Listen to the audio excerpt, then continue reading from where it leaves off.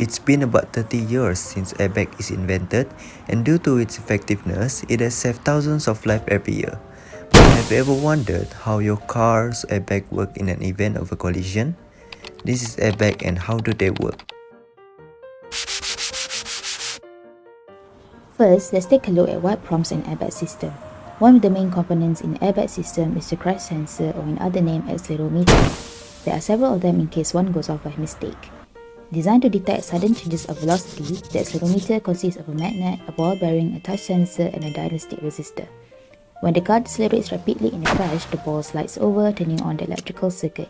It hits a heating element called squib, which then ignites the chemical substances in the system.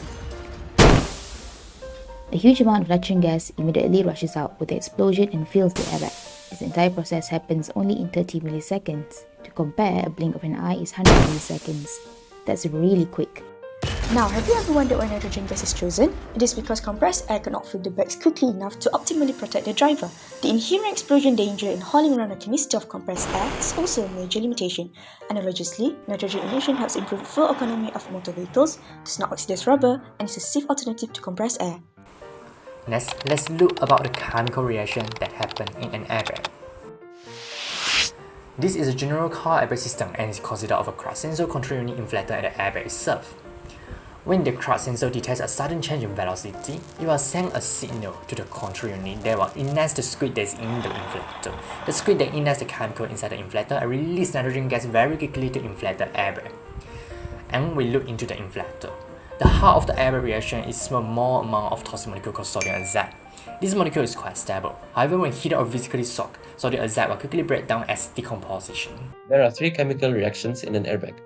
The first one being the decomposition of sodium azide that will produce sodium metal and nitrogen gas. However, sodium metal is very reactive and potentially explosive. To avoid production of sodium hydroxide, which would be harmful if it got into the ice, potassium nitrate and silicon dioxide were added to make a fewer toxic compound producing potassium oxide, sodium oxide, and nitrogen gas. However, sodium dioxide can still react with moisture in the air to form sodium hydroxide.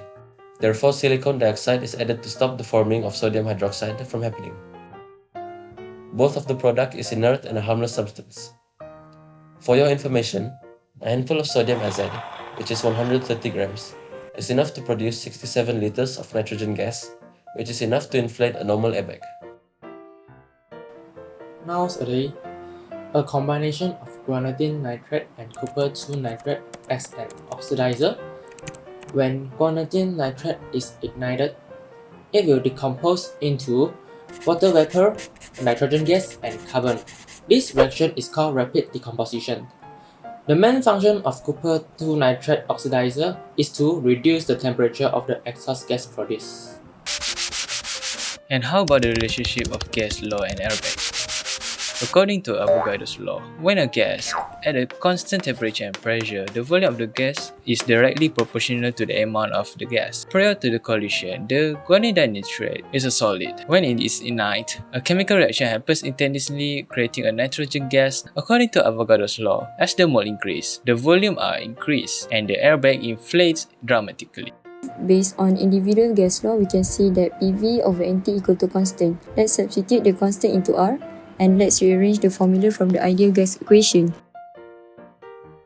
In this case, PRT is a constant value, we get V equal to N. Again, this shows that as V increase, N also increase. So, that's all from us. Thank you.